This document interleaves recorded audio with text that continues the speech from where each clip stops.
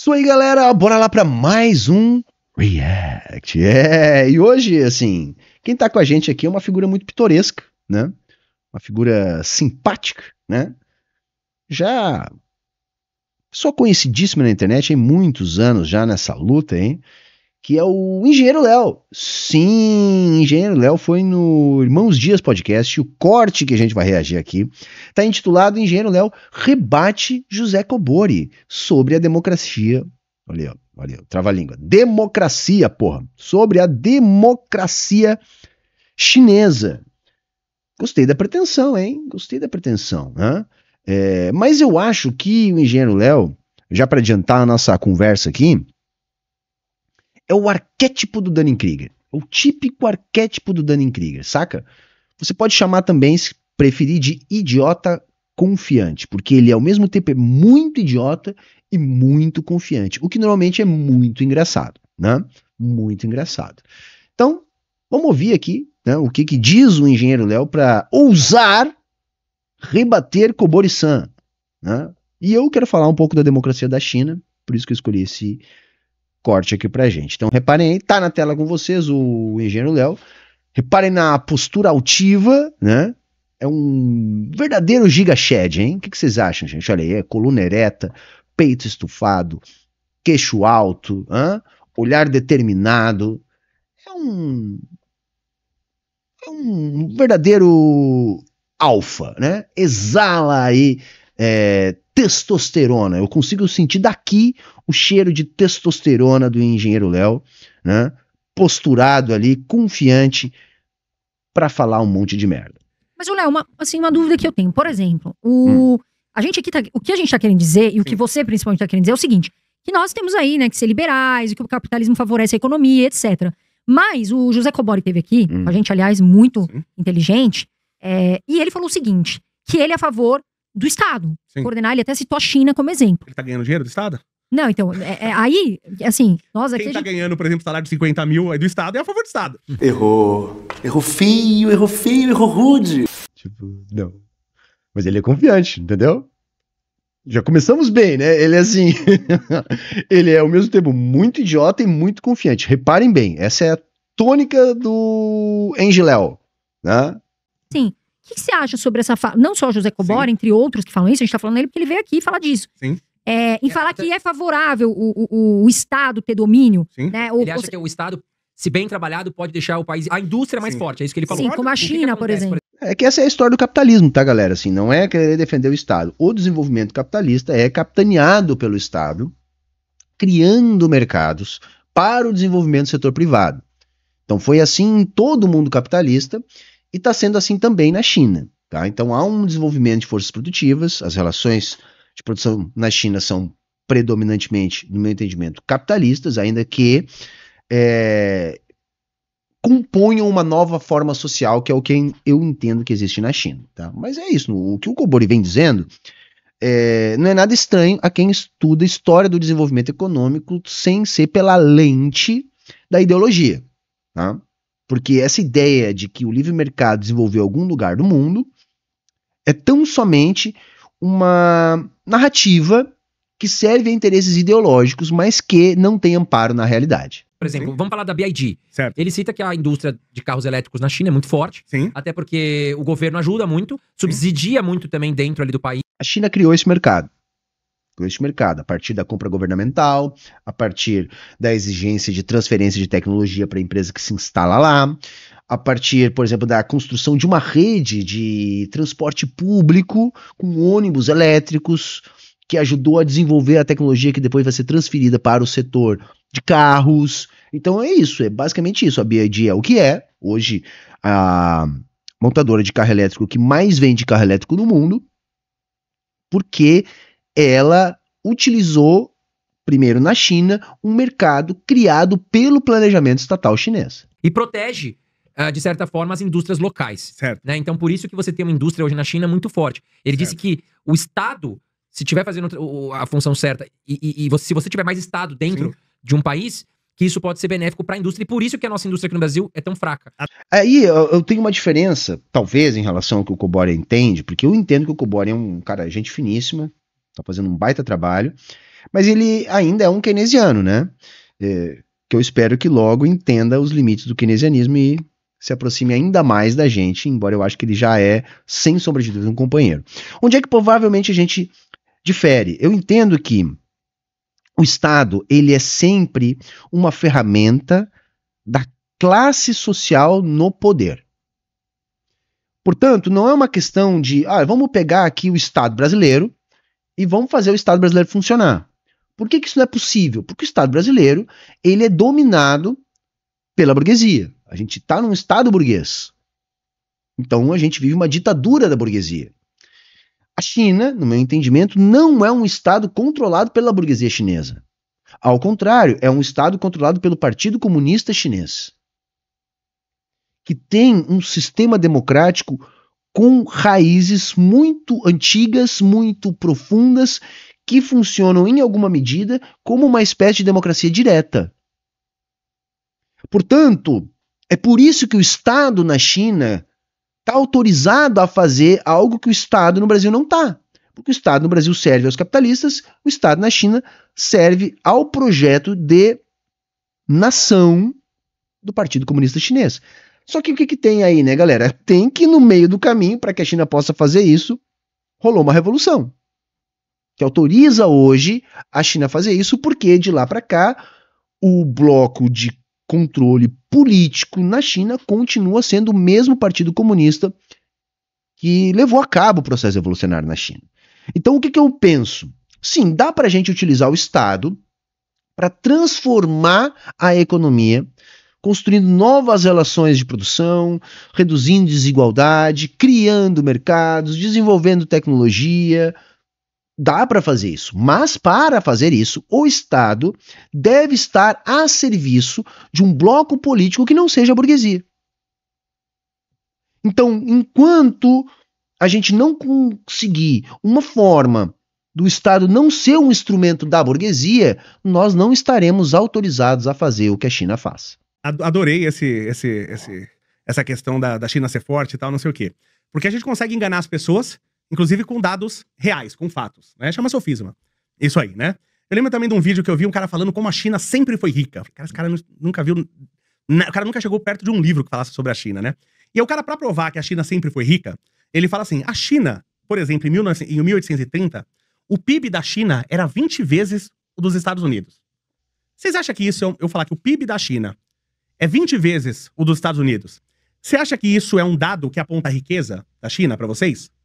20 vezes o PIB? É sim, né? Parece que sim. Parece que sim, é. 20 vezes o PIB dos Estados Unidos. É um país riquíssimo. Então vamos lá. Só que vou falar de novo o que eu falei. E foi o que ele falou. Em 1830, o PIB da China era 20 vezes o PIB dos Estados Unidos. 1830 não fazia 50 anos que os Estados Unidos tinha se libertado da Inglaterra. O país não tinha 50 anos de idade. Não tinha 50 anos de idade. Em 1830, a população da China era de mais ou menos 400 mil pessoas. A dos Estados Unidos, de 400 milhões de pessoas. Dos Estados Unidos, 10 milhões. A população da China era 40 vezes o dos Estados Unidos. E mesmo assim, o PIB era só 20 vezes maior do que um país que acabou de nascer. Agora eu pergunto de novo, esses dados indicam riqueza ou pobreza da China? Pobreza. Pobreza. Tá vendo quando você entende o contexto todo? Né? Faz total diferença? Então, entre aspas...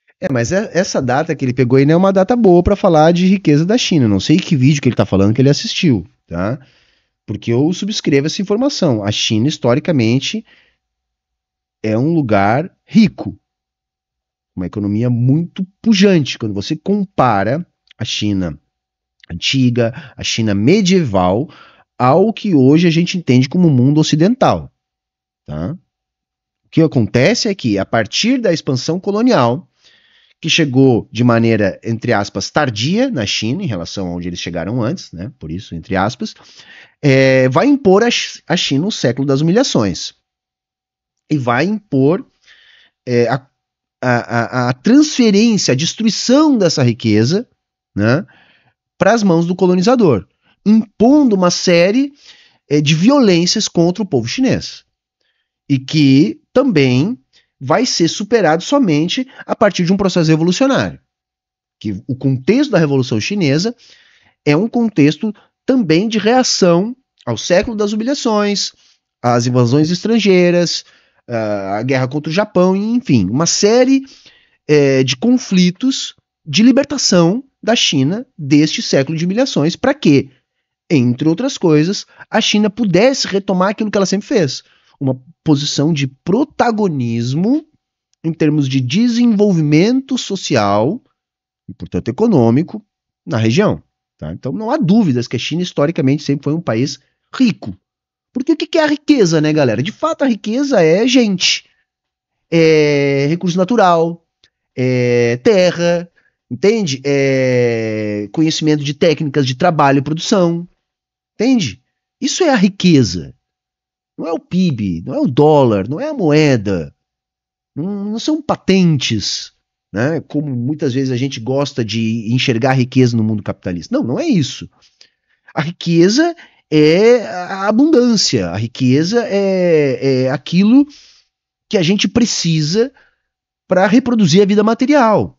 E nesse sentido a China sempre foi muito rica.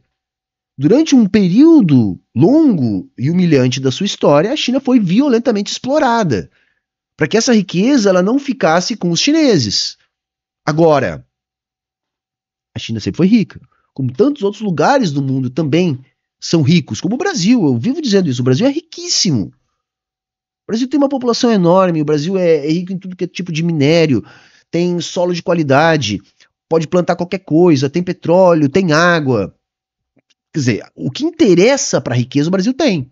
Mas por que isso não se reflete na qualidade de vida do brasileiro? Bom, porque o Brasil continua sendo espoliado, com uma soberania limitada, um país periférico dependente, que não tem autonomia para tocar uma política econômica que desenvolva as forças produtivas e que redistribua essa produção.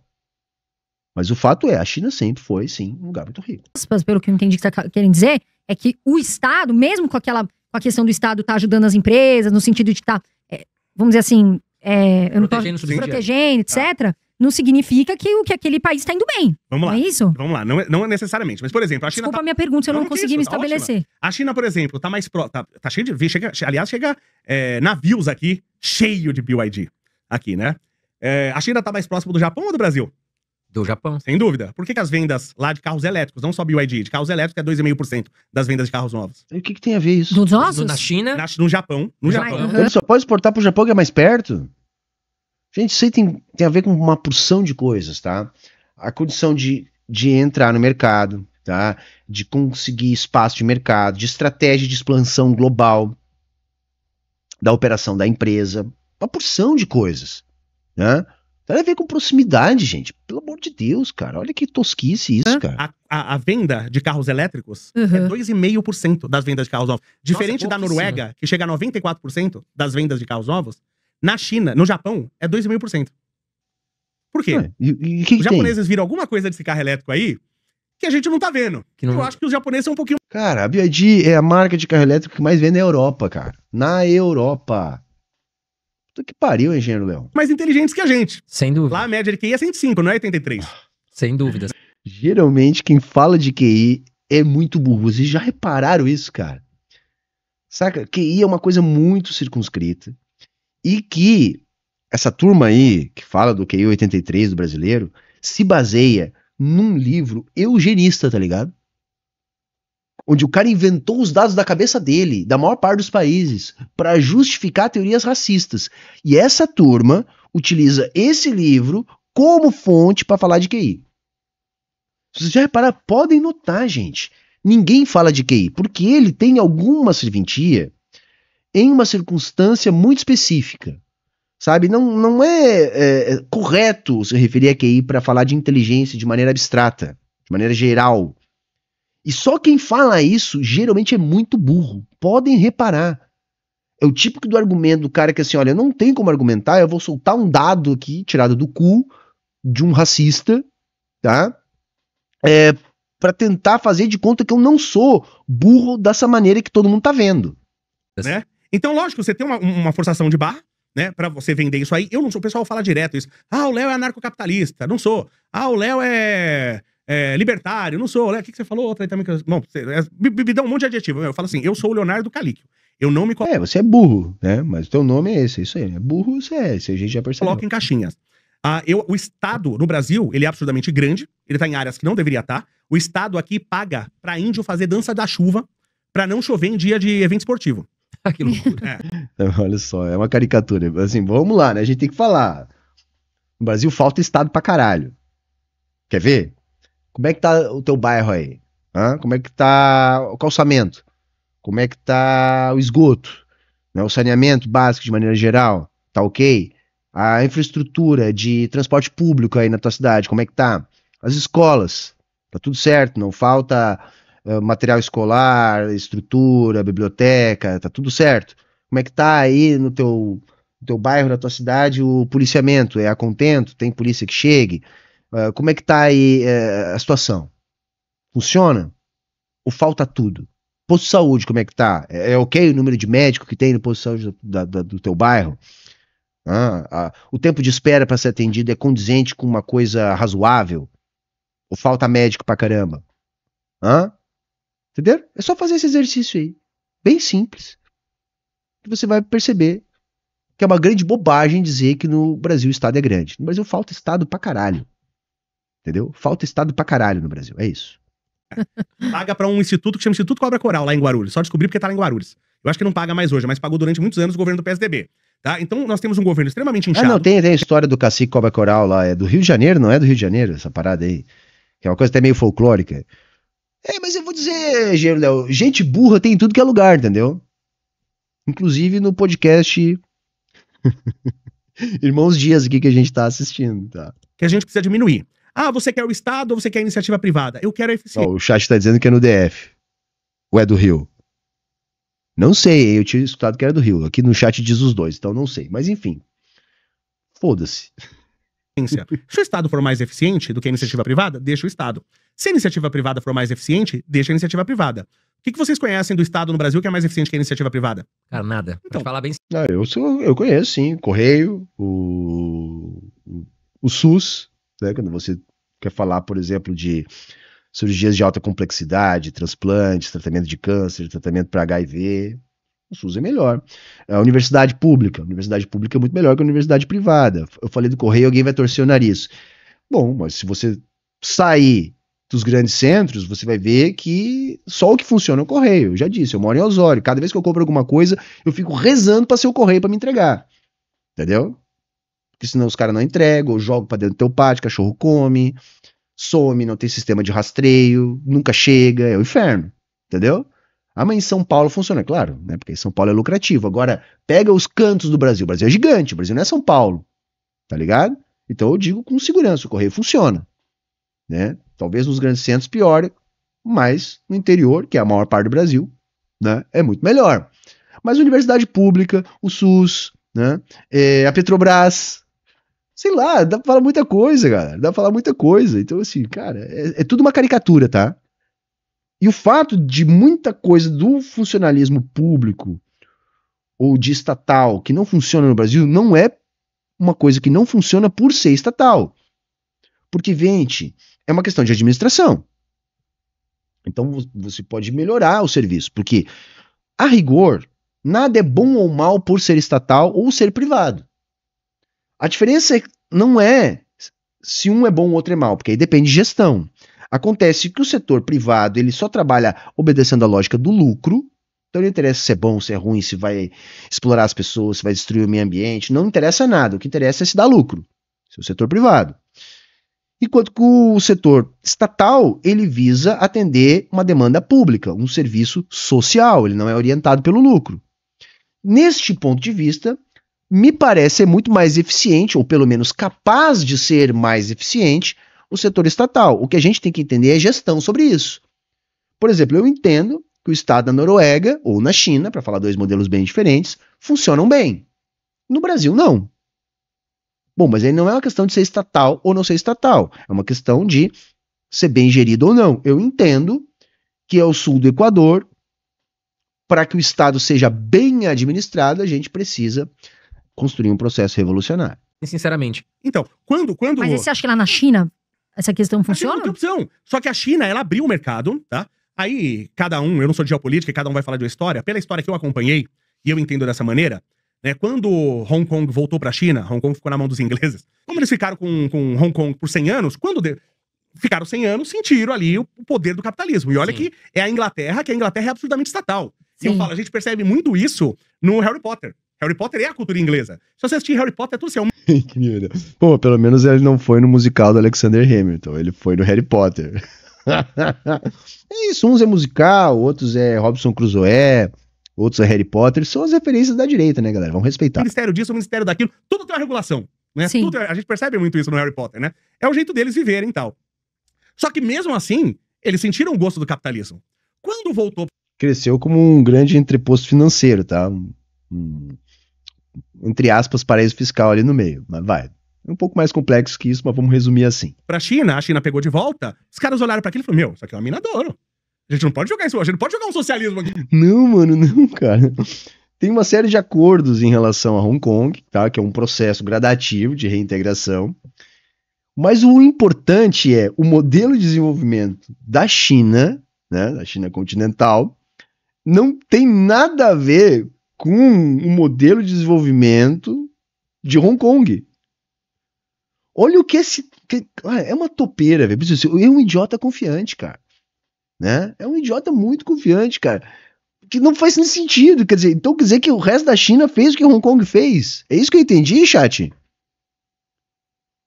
Não fez, tá, galera? Não fez. Não tem nada a ver. Absolutamente nada a ver. São coisas até, eu diria, antagônicas, vai, mas tudo bem.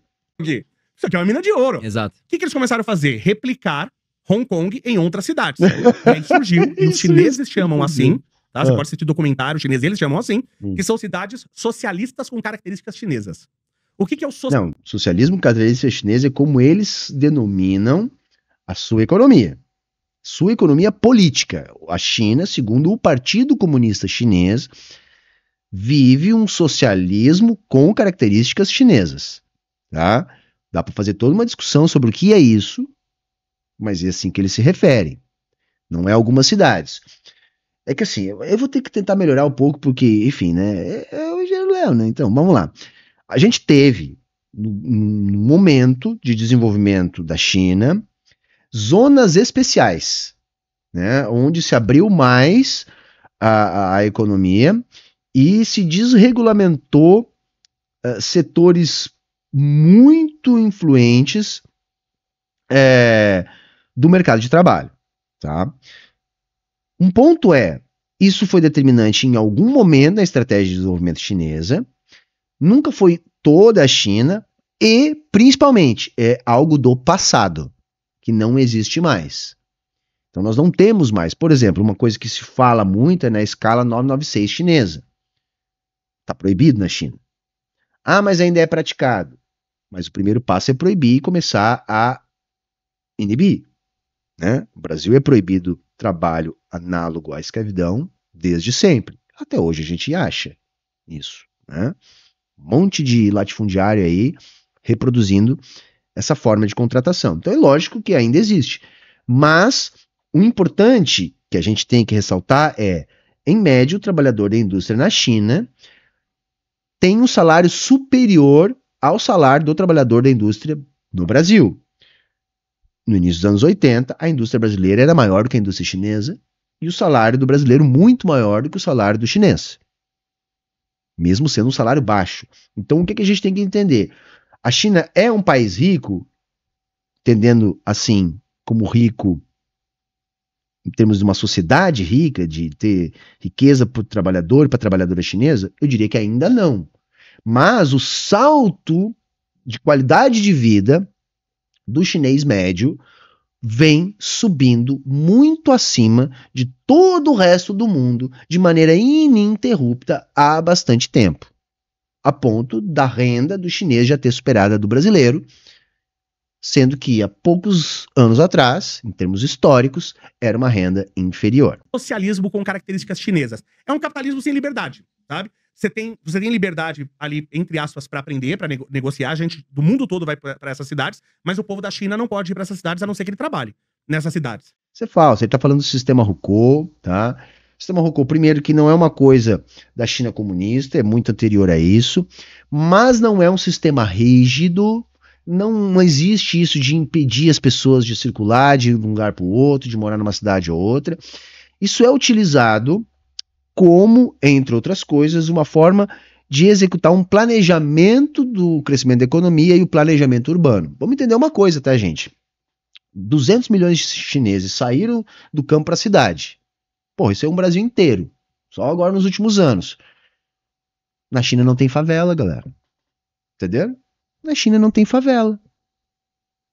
Por que não tem favela? Bom, porque esse movimento é feito de maneira planejada. Se o que o engenheiro Léo está dizendo é que não tem liberdade pro capitalista, aí eu vou dizer, é isso mesmo, tá? Se você não gostou, azar o seu. Sim, porque o capitalista chinês, ele consegue expandir o seu negócio se, e somente se, o seu negócio estiver dentro do planejamento de desenvolvimento das forças produtivas do Estado chinês que é capitaneado pelo Partido Comunista. Entende? Aí ele vai te ajudar a se desenvolver no setor que você tem autorização para crescer. Mas vamos entender que a própria forma de propriedade na China é diferente da forma ocidental de propriedade. Não há a propriedade privada na China nos moldes do que se constituiu no Ocidente. Então, sim, se você está falando que não tem liberdade para o capitalista na China, eu vou dizer sim, não tem. Né? Tem uma liberdade limitada para que ele possa crescer, ficar rico, bilionário até se quiser, embora também hoje já seja algo real na China a diminuição do número de bilionários, desde que você só vai poder crescer desde que você atenda o interesse da nação. Lembra lá do caso que eu sempre cito do Jack Ma? É isso. Você quer ficar bilionário aqui? Beleza. Ali não. Né? Quer dizer, quis pular do setor do varejo para o setor bancário, como fez, por exemplo, o Mercado Livre.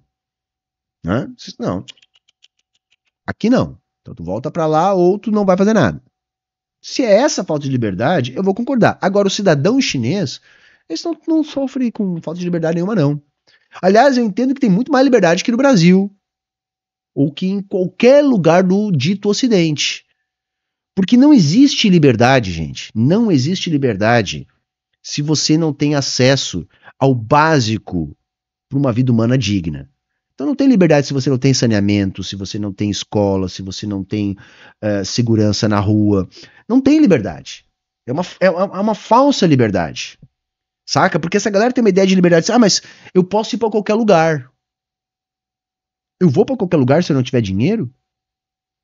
Eu sou livre para ir para a França. Eu já fui para a França? Hã? Você é livre para ir para Disney. Você já foi para Disney? Né? Você é livre. Né? Mas te falta o quê? Te falta aquilo que de fato te dá liberdade. Hã? Que é aquilo que você precisa para fazer as coisas. Você vive num mundo onde a sua rua não tem sequer calçamento. A escola não tem carteira suficiente. Mas você é livre. Pois para mim o chinês é muito mais livre. Né? Na China não existe favela. Os níveis de segurança são muito superiores, porque há uma redução constante dos níveis de desigualdade. Entende? Mas os créditos sociais na China. Aí quem fala isso, né? Primeiro não entendendo o que é isso e dando uma dimensão muito maior, esquece, por exemplo, o que é o Serasa. Você é livre para contrair o empréstimo. Agora, se você não tiver um bom score no Serasa, tenta para você ver. Tenta. Você nem precisa ter nome sujo, não, viu? É só você não ter renda, não ter movimentação dinâmica e com algum volume no seu CPF, você já não consegue crédito. Por quê? Porque tem um sistema de crédito social no Brasil. Não, mas o problema é o crédito social da China. Entendeu? É isso, galera. Então você tem todo esse problema ainda de uma certa escravidão que você tem na China, mas o governo sentiu, então é uma coisa... Isso é mentira, tá? Simples mentira. Eu não vou nem gastar muito saliva com isso. Escravidão na China... Tem muito mais escravidão no Brasil do que na China, tá? Então, isso é simplesmente mentira. É incrível que tá dando certo, né? É um capitalismo escravocrata que a gente tem na China. É uma coisa curiosa. Porque a China ela tem muitos traços de... Porque assim, isso além de ser uma mentira preconceituosa. Sabe? É preguiçoso, é preconceituoso. É óbvio que alguém já disse, né, pra essa topeira aí que isso é falso, que não existe isso, que isso é uma bobagem, entendeu? Mas ele não vai aceitar isso, porque aí como é que ele vai ser preconceituoso com o chinês? Entendeu? Não vai. De um país capitalista. Sim. E por isso que ela cresceu. Sim, porque claro. Olha Cuba. Cuba é socialista. Sim. Cara, Cuba tá um lixo. Mas se a gente pegar a China, cara, ela tem muito de um capitalismo ali. A cidade Muito mesmo. Aliás, você vê os chineses É que viajando. eles acham que capitalismo é igual a riqueza, socialismo é igual a pobreza, entendeu? Por isso que é importante. Por isso que é importante, eu vou frisar novamente. O comunista que é anti-China não é comunista. Eu não estou dizendo que todo comunista vá dizer que a China é socialista. Eu acho que aí há um debate. Tá? Eu estou cada vez mais convencido que sim, que a gente está diante de uma nova forma social e isso é o socialismo. O socialismo do século XXI é o socialismo da China. Mas tudo bem quem acha o contrário. Acho que é um debate válido. Agora, você colocar em pé de igualdade China e Estados Unidos, como se ambos fossem inimigos a serem enfrentados, na boa, você está atrapalhando o rolê. A gente precisa oferecer perspectiva. E eu não quero repetir a China, mas a China ajuda a gente a dar uma perspectiva para o jovem que não vê mais esperança no futuro. 8 em cada 10 jovens chineses têm casa própria. O brasileiro velho já desistiu de ter casa própria. O jovem então nem se fala, o jovem nem tem emprego. Então a gente tem que dar uma perspectiva, porque hoje a perspectiva do jovem, que já não acredita mais no sistema, é o fascismo. A China nos dá a possibilidade de oferecer mais do que uma promessa. Dizer, tá vendo, é agora, não é o futuro. Olha só isso que acontece aqui, nesse lugar, agora. Eu não quero repetir aqui. Mas algumas coisas, alguns insights, algumas ideias, a gente pode pensar em como trazer para a nossa realidade. Entendem? Mas há uma função que é a função de oferecer uma alternativa concreta, visível, viável. Sobretudo para o jovem. Você tá vendo? Você não tem perspectiva de futuro, né? O jovem chinês tem. Diferente do resto do mundo, onde é a geração que hoje é mais pobre que a anterior e que tem menos perspectiva de futuro que a anterior, na China não é assim. Na China, o jovem acha que vai estar melhor amanhã do que está hoje. Você que está me ouvindo, você acha que o futuro vai ser melhor ou pior? Friamente, usando, né, a razão e não a emoção. Né? Aquele pessimismo da razão. Você acha que amanhã vai estar melhor ou pior? Pois é. O jovem chinês, na sua maioria, acha que vai estar melhor. Eu acho que isso aí já diz muita coisa. Viajando pelo mundo inteiro. Você vê a China, É o meu, a que eu China é mais bonita, vejo hein? os chineses viajando, cara. Prédios, Então, mas é que tá. A China tem uns prédios, a tecnologia lá dizem que é top. A gente sabe, eu tava vendo, eu não conhecia muito a China, mas eu fiquei vendo uns vídeos, que meu namorado já foi pra China. O negócio é absurdo, é muito bonito, assim, é tudo muito... Quem tem ido pra China falou, cara, a China não é o que vocês imaginam. É um país evoluído pra caramba. Evoluidíssimo. Só, inclusive, eles estão... A gente ainda tem o estigma de produtos que vêm da China serem produtos de baixa qualidade. Isso Não vai é? mudar. Tá? Ainda Eu acho tem que já muito. mudou, hein? Mais ou menos. Aí ainda já tem muito. misturaram aí as bolsas, né? O quê? O que tá mais ou menos ainda... Na China tem todo tipo de produto, desde os piores até os melhores, mas o ponto é, não é que você ainda fabrica produtos que não são da melhor qualidade, é o que você é capaz de produzir da melhor qualidade. Porque também tem produto muito merda sendo produzido na Europa e nos Estados Unidos. Então, pô, não é você ainda fabricar produto merda. O ponto é, qual o grau de desenvolvimento das suas forças produtivas? De desenvolvimento da técnica? Galera, a China é vanguarda. Claro que não em todos os setores ainda, mas em muitos setores de altíssima tecnologia. E aqueles que eles ainda não são vanguarda, eles já estão chegando. Então, mas é que tá. Uma coisa é que a gente não tem essa noção. Por exemplo, quando você pensa em Japão, você pensa em alta qualidade. Sim. Lembra do De Volta para o Futuro? De Volta Sim. para o Futuro é um filme que sai em 1985, Ah. onde eles voltam para 1950. Tá bom, agora a referência é De Volta pro Futuro. Vou anotando aí, galera, tá? As referências, então, é Harry Potter, que ele já citou, e agora ele citou De Volta pro Futuro. Tamo bem, cara, tamo bem. 30 anos antes. E aí ele volta, o Marty McFly, ele leva uma câmera, né, uma filmadora japonesa. E ele volta, e acho que bate a câmera, não sei o que, eles tentam ligar na TV e não consegue. E aí o Emmett Brown, o Doc, né, o doutor, ele olha a câmera e fala assim, 1955 eles estão. Ele olha a câmera e vê que é japonesa. Ele fala, mas lógico que não presta, é japonesa? E quem assiste o filme e não conhece a história não entende. Até o Marty McFly fala, meu, mas as melhores coisas vêm do Japão. Mas 1955 não, pós-guerra, o Japão era uma China, neste sentido. O que vinha do Japão era ruim. O que os japoneses fizeram? Até hoje, a gente vê isso em filme, até em jogo de videogame, tinha um jogo que tinha isso, era o Toy Jane Earl, se não me engano. Você via um monte de japonesinho, todo mundo com a câmera. Sim. A gente não... Tom Jin, ó, vamos anotando, hein? Mais uma citação bibliográfica aqui do engenheiro Léo. Vão anotando aí, galera. Depois coloquem aí na dissertação de vocês. Não tem esse estigma do Japão, sempre tá com a câmera Ele tirando porque foto de eles, tudo. eles gostam de tirar foto de tudo mesmo. Mas sabe de onde veio esse estigma? Quando eles começaram, na década de 1950, o Japão mandar japonês pra tudo quanto é país, pra Europa, para Estados Unidos, eles iam visitar empresas, principalmente os americanos orgulhosos, olha o que nós construímos, eles abriam as empresas e mostravam tudo. Os japoneses começaram a tirar foto de tudo e copiar as empresas americanas no Japão. Copiar a tecnologia e melhoraram. Não. Gente, o desenvolvimento do Japão, ele tá num contexto de Guerra Fria. Então acaba a guerra, os Estados Unidos percebe que tem um mundo bipolar e que era necessário desenvolver nações parceiras num arco, vamos dizer assim, geopolítico. Então, o Japão e Coreia do Sul estão dentro dessa lógica. Tanto que o desenvolvimento do Japão aconteceu, tá, até o dia que os Estados Unidos deixou.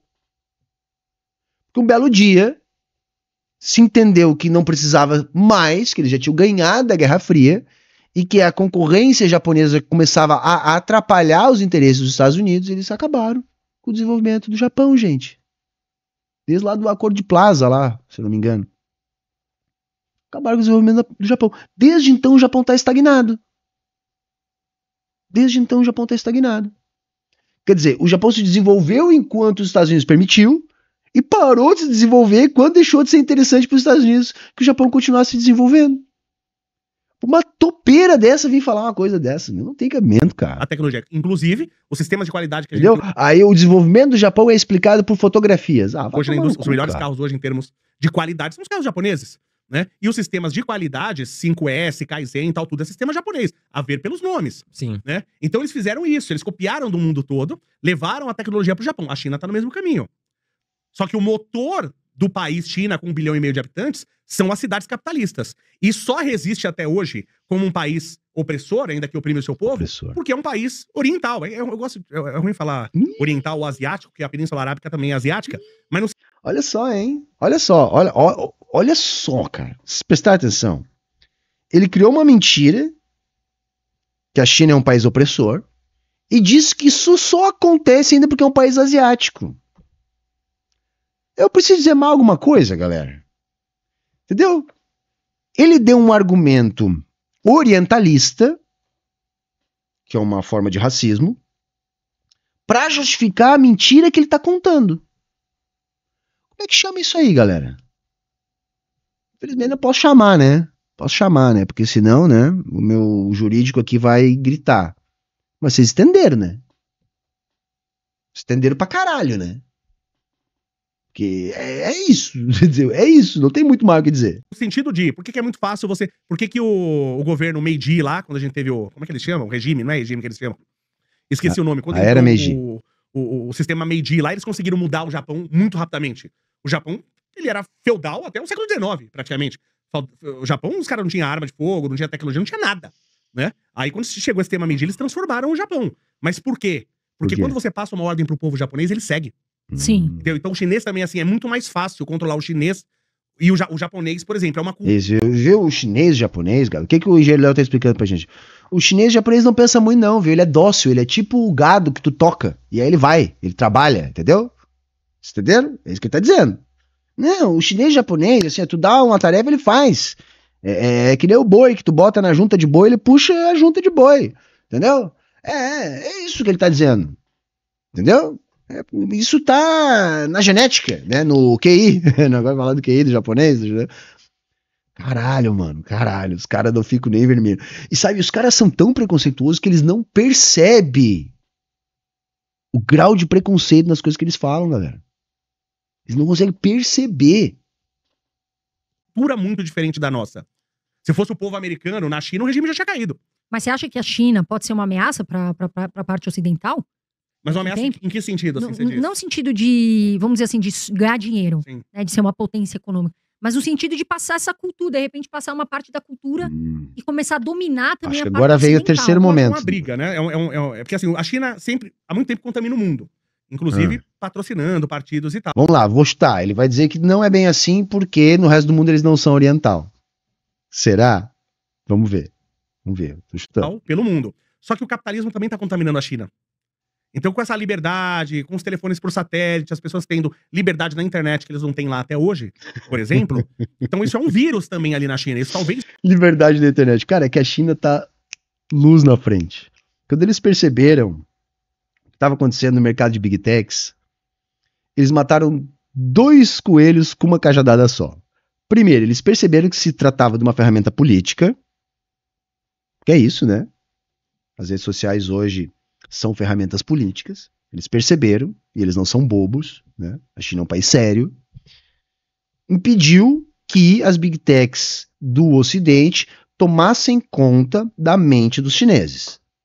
Impediram.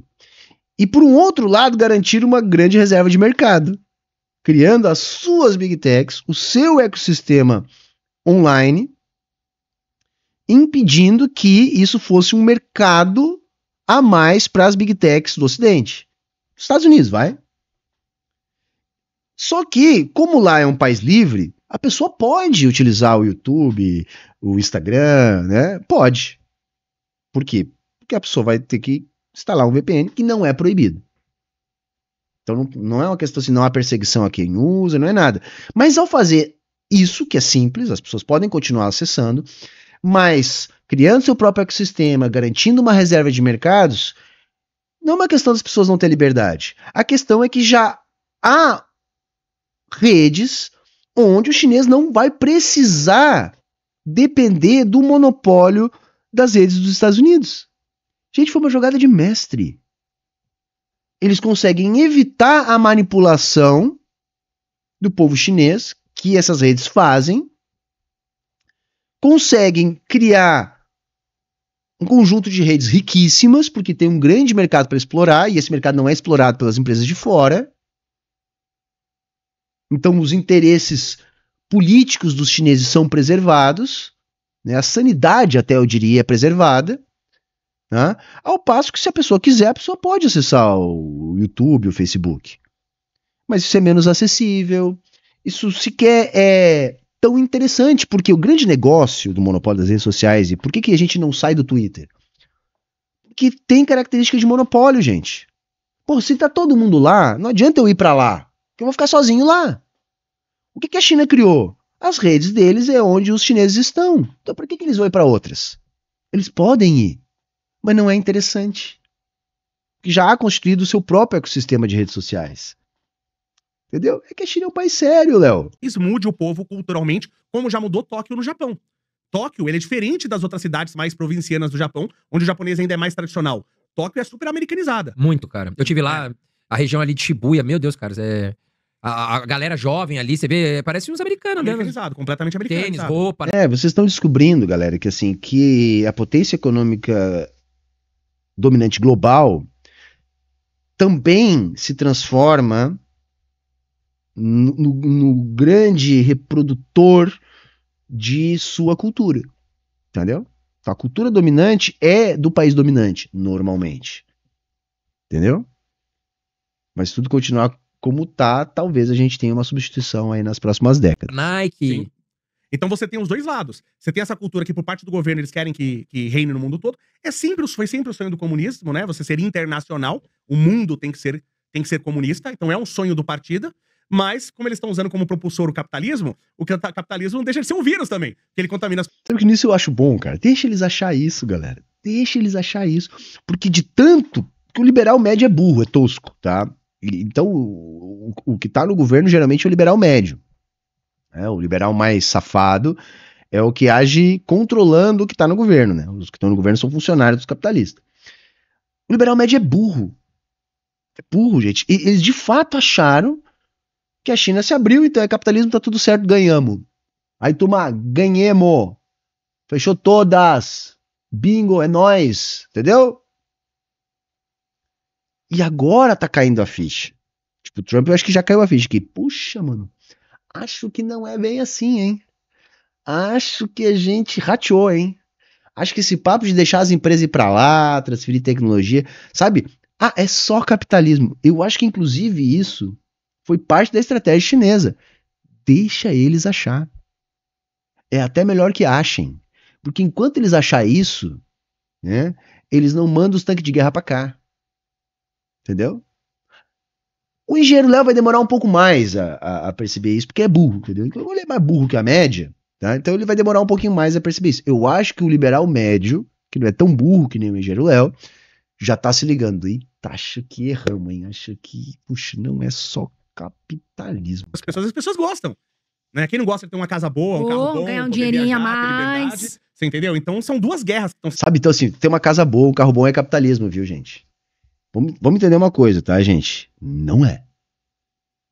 Não é. Socialismo não é voto de pobreza. Contrário.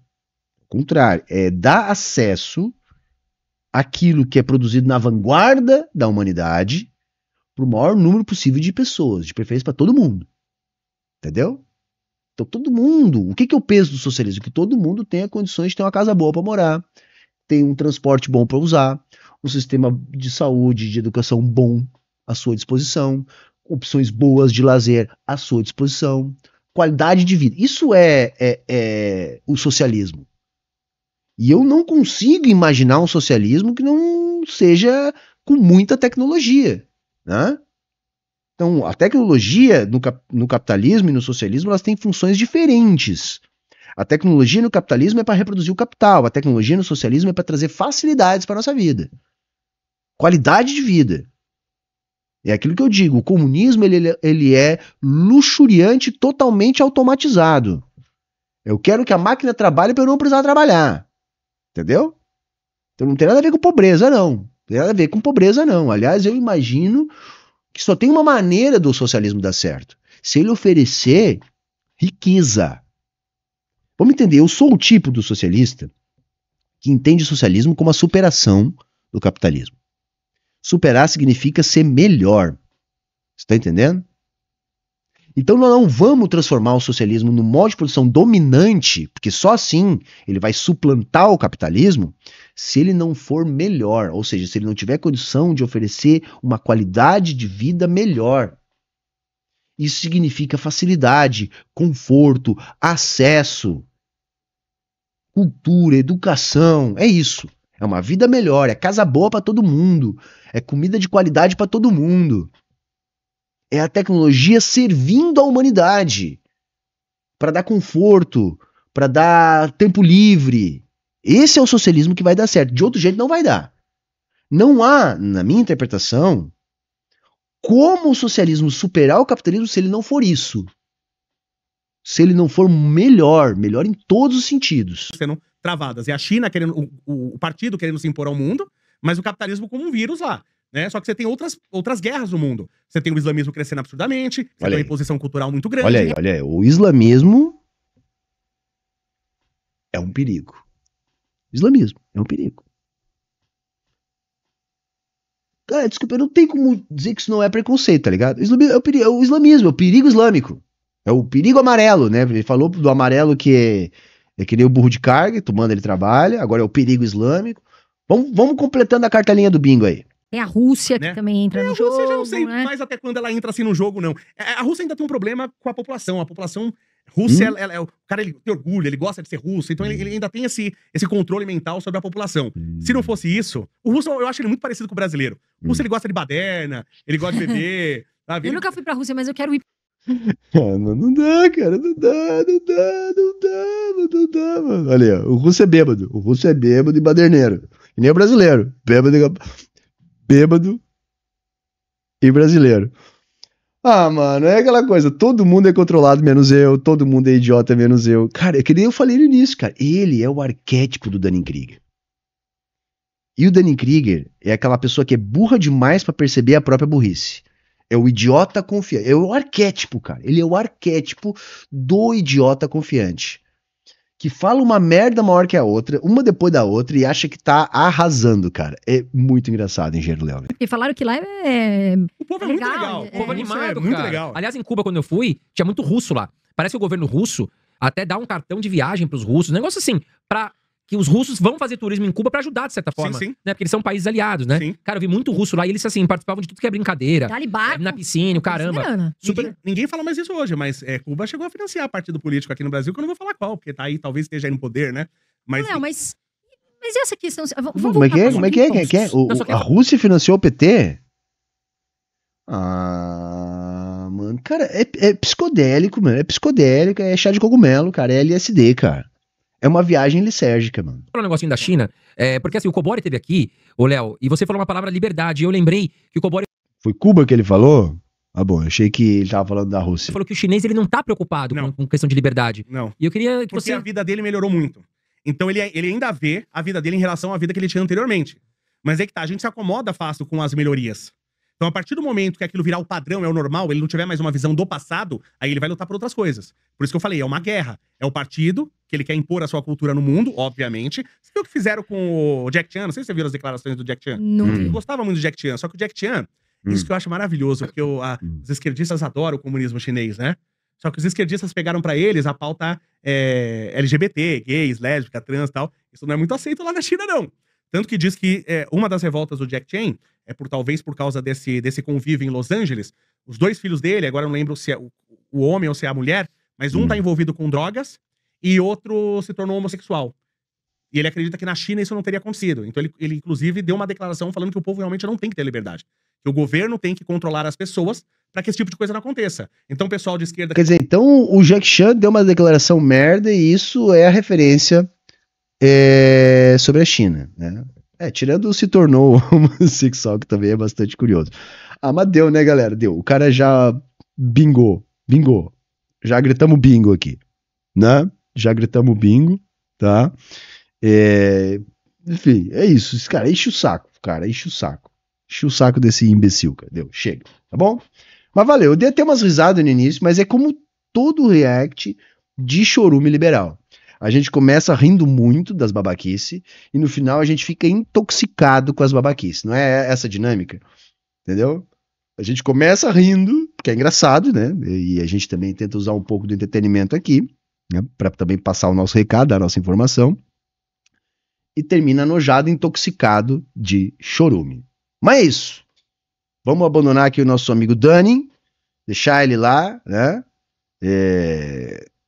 Com suas convicções, né, sobre os amarelos, sobre os islâmicos, etc, né, e vamos ficar por aqui. Se você chegou até aqui, você é um guerreiro, é uma guerreira, então deixa o like pra nós aí, né, porra, dá uma moral pra nós aí, dá uma moralzinha, né, melhor ainda, manda um comentário, aquele tradicional para engajar o algoritmo, confere se tá inscrito, e se puder, ajuda a manter a nossa programação no ar. Todas as formas de fazer isso, vocês encontram sempre no comentário fixado de todos os vídeos e de todas as lives.